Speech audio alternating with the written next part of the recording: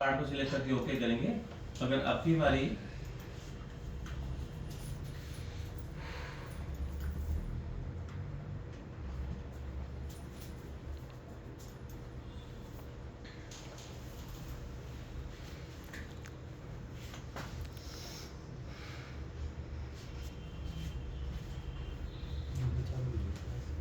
जो पहला कमांड हम इसमें करेंगे उसका नाम है,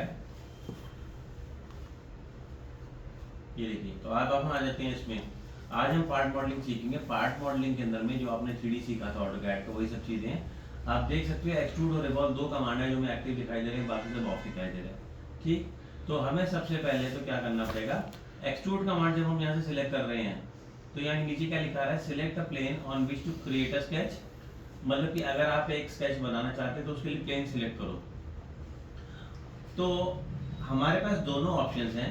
हम ऐसा भी कर सकते हैं कि स्केच को पहले बना दें और एक्सट्रूड बाद में दें कमांड, और ऐसा भी कर सकते हैं कि हम पहले एक्सट्रूड कमांड दें और बाद में स्केच बना दें। दोनों ऑप्शन हमारे पास है। मैं आपको दोनों तरीके से करके दिखाऊंगा। पहले हम क्या करेंगे कि स्केच एडवांस में बना लेंगे। अब आप देखो, जब हमने कमांड यहाँ से एक्सट्रूड कर दिया तो ये आपसे कह रहा है सिलेक्ट करो एक प्लेन, प्लेन को सिलेक्ट करो। तो यहाँ पर आप देखो, अब तक हम बिना सोचे समझे टॉप प्लेन को सिलेक्ट करते आए थे, पर अब हम ऐसा नहीं करेंगे। अब हम प्लेन को सोच समझ के करेंगे। कैसे? कोई भी ऑब्जेक्ट जो हम बनाते हैं उसका फ्रंट प्लेन जरूर होता है। मतलब जैसे एक ऑब्जेक्ट हमारे पास, ये इसका फ्रंट है, इसको हम फ्रंट मान लेते हैं। अगर ये ऑब्जेक्ट आपको ऐसे बनाने को दी गई है तो इसका फ्रंट आपको टॉप पे दिखाई दे रहा है। अगर आपको ये ऑब्जेक्ट ऐसे बनाई दी गई है तो इसका जो फ्रंट है वो आपको मेन जो है फ्रंट फेस कर रहा है, और अगर ऐसे बनाई गई है तो इसका जो मेन है वो आपको साइड फेस कर रहा है। तो डिपेंड करता है कि हमारे को ऑब्जेक्ट किस ओरिएंटेशन में, से ओरिएंटेशन कहते हैं, किस ओरिएंटेशन बनानी है। तो अब तक हम टॉप लेते थे, अगर हम ऐसा नहीं करेंगे, अगर हम अपने ऑब्जेक्ट को स्टैंडिंग में बनाना चाहते हैं तो मैं फ्रंट प्लेन को सिलेक्ट कर रहा हूँ। आपके अर्जिका ने फ्रंट प्लेन लिया, फ्रंट आ गया, और मैंने यहाँ पे एक फिगर बनाई। फिगर मैंने कुछ वैसी बना दी जो हमने पहले बनाई थी।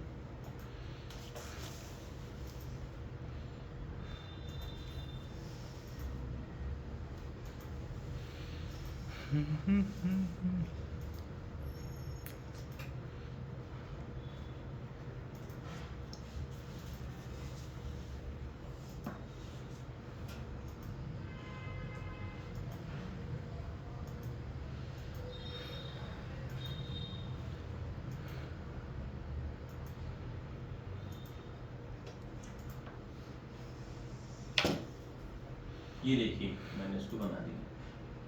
तो क्या हुआ कि ये हमने स्केच बना लिया जैसे हम पहले बनाते थे।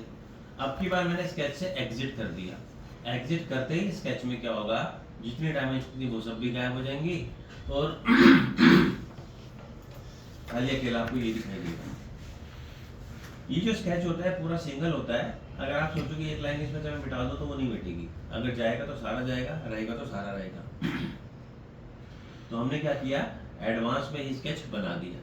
इसके तुरंत बाद हमने कमांड दे दिया एक्सट्रूड का। एक्सट्रूड कमांड देने पे अब आपके पास दो ऑप्शन है।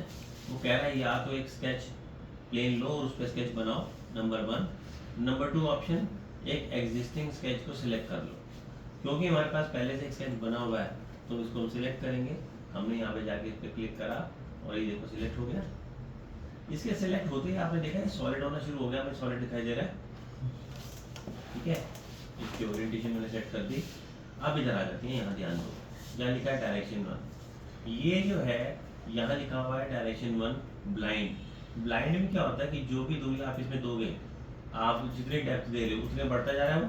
देखो मैं एक बार क्लिक करता हूँ तो 5-5 बढ़ता जा रहा है। यस सर, हमने बढ़ा लिया। आप अगर चाहो तो इस एरो पे लेकर आओ, ये यहाँ पे निशान दिखाई दिया। आप इसको डायरेक्टली अगर एरो पे लेके जाते हैं, अगर आप इसको एरो पे लेके जाते हैं तो डायरेक्टली हम इस एरो को ड्रैग करके इसकी लेंथ को छोटा बड़ा डायरेक्ट यहाँ से भी कर सकते हैं। यहाँ से फ्री चल रहा है। अगर आप इसको स्केल पे ले लोगे तो स्केल पे अटक अटक के चल रहा है।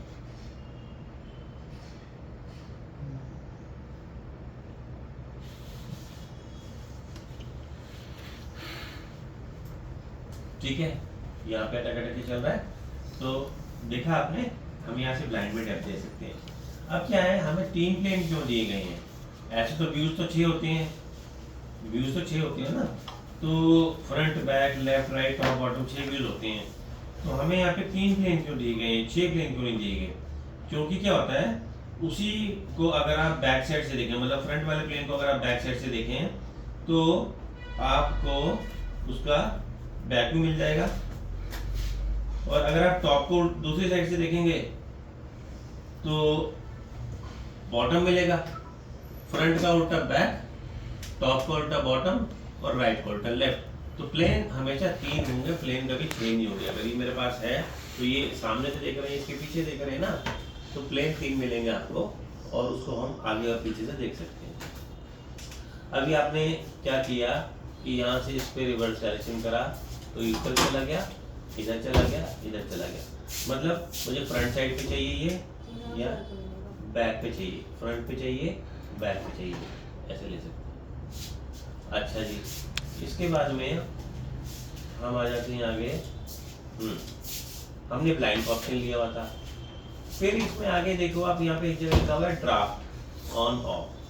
जैसे ही मैंने इस पे क्लिक करा, आप देख सकते हैं कि ये आगे से थोड़ा सा टेपर हो गया। मैंने 1 डिग्री दिया था, 2 डिग्री दिया, 3 डिग्री। आपने देखा जैसे जैसे मैंने बढ़ाया टेपर हमें दिखाई लेने लगा। जैसे ऑटोकैड में भी आप एक्सट्रूड कमांड में टेपर करते थे, वैसे ही हो रहा है। अगर आप टेपर को आउटवर्ड करेंगे तो बाहर की तरफ होगा, इनवर्ड करेंगे तो अंदर की तरफ होगा। नहीं चाहिए तो उसको ऑफ ही कर दो, टेपर कर सकते हैं इसको। ठीक, हमारे पास यहाँ पर अभी जो हमने ऑप्शन ली थी, इसमें हमने इसकी डेप्थ दी थी 30 की।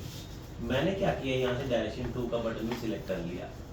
डायरेक्शन 2 में आपने देखा, अब मैं अलग से जो दे रहा हूँ, 10 मैंने जो दिया वो पीछे की तरफ बढ़ा, ये 30 और 10 को 40 है ना, 30 और 10 40, ये देखिए। और ये टेपर अगर मैं दूसरी साइड पे करना चाहूँ तो आप चाहो तो दोनों तरफ टेपर कर लो, आप चाहो तो एक तरफ टेपर करो, किसी में भी किया जा सकता है, कुछ भी किया जा सकता है। जब मैंने इसको 30 और 10 कर दिया, टोटल 40 हो गया ना, तो यहाँ से डायरेक्शन बदलने पे क्या होगा, ये 30 को अदल बदल देगा, 10 को 30 कर देगा, 30 को 10 कर देगा।